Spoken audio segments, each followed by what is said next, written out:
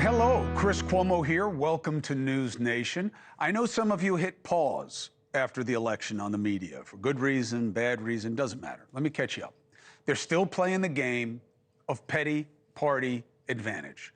The spin cycle is running on the buzz about Trump's latest picks, and we have some insight on that. But my take is, unless there is a major vetting issue that affects not just your feelings about the kind of person a pick is, because that's up to the president, but to the ability to do the job or to the security of this country.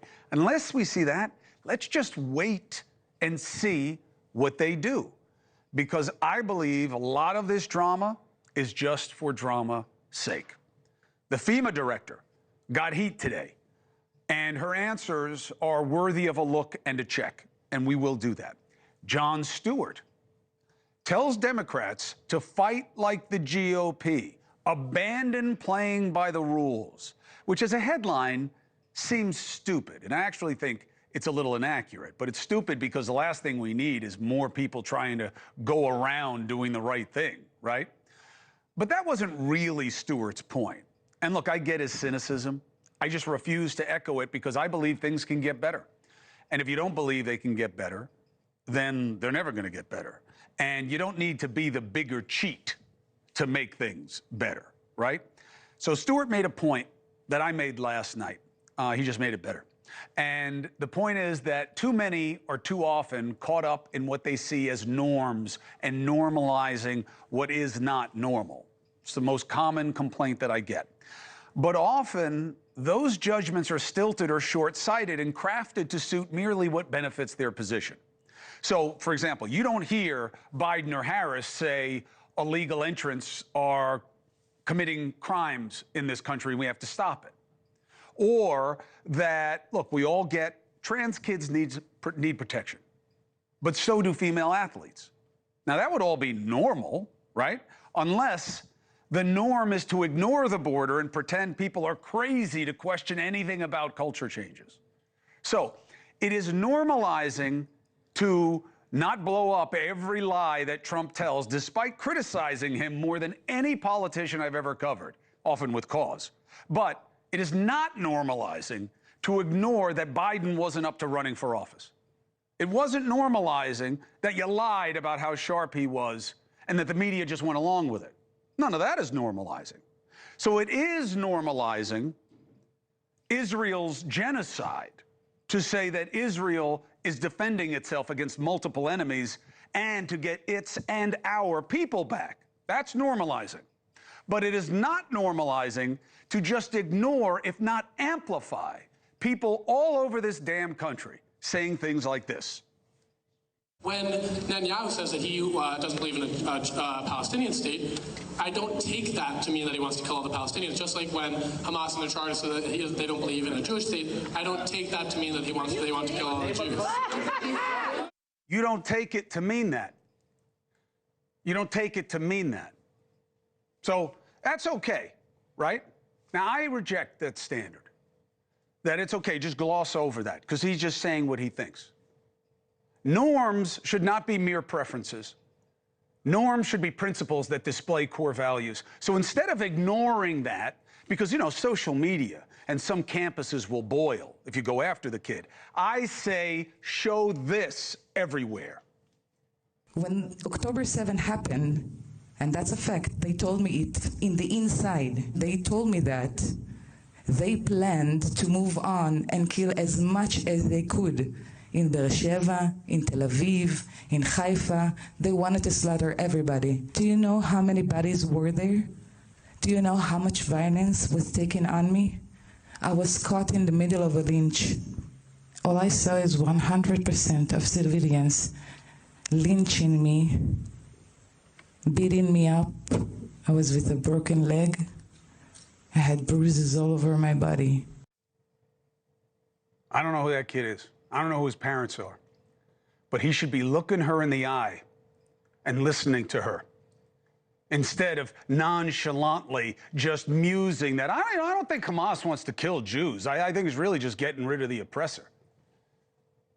That's something not to normalize. Because normalizing what was done on October 7th saying the numbers are all wrong and that Hamas isn't really out to kill anybody, they just want to help themselves.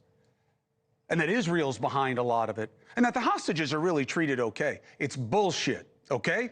And if you care about Trump's mouth, care about his mouth too. And too many are too loud about the wrong things, and they're too quiet about what actually does matter.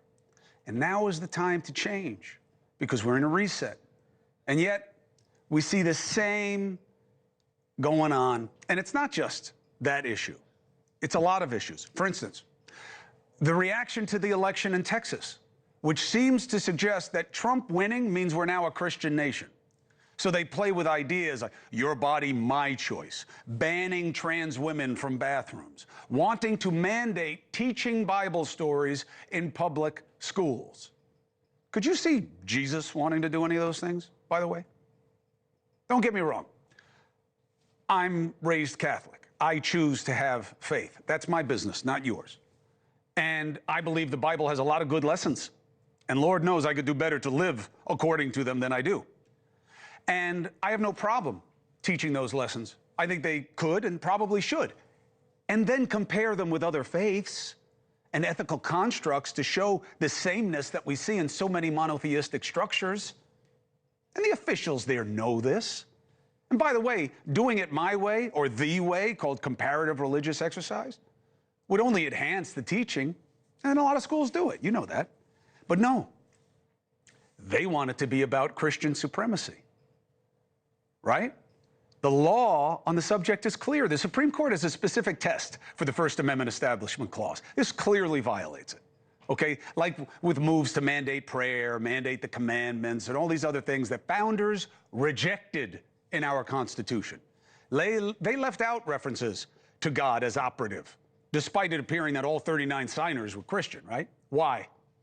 My father, may he rest in peace, said it best in a speech almost exactly 40 years ago. We know that the price of seeking to force our belief on others is that they might someday force their belief on us. Now, this freedom is the fundamental strength of our unique experiment in government. He was right then, and it's right now. And we all know it. So don't tell me about what you want to normalize. Normal seems to be just what you like in the moment. And this is where we're stuck. It's not about norms. Because what is normal is accommodation and consistency in a secular democracy. That's normal for us. This is about advantage over a manufactured other side. The fact that we would rather go crazy about Dr. Oz, how'd you pick him? Or a report about Matt Gaetz that I will bet you is going to have everything in it that you've already heard. And yet be relatively quiet about exposing the actual normalizing of what is truly abnormal. Like America allowing anti-Semitism, pro-Hamas BS, like ignoring the Constitution because Trump is some kind of Christian king. If so much of this seems like, gee, this is absurd, isn't it? It's because it is. That's the game. We have distracted ourselves from what matters for too long, and for the two parties in a battle to the bottom of which is worse. I say enough. It is time to ignore what doesn't matter and focus on fixing the problems that we all agree exist. That should be the new normal. What do you think? Let me know. Hey, thanks for watching. Go to joinnn.com to find NewsNation on your screen. And don't forget, click the red subscribe button below to get more of NewsNation's fact-driven, unbiased coverage.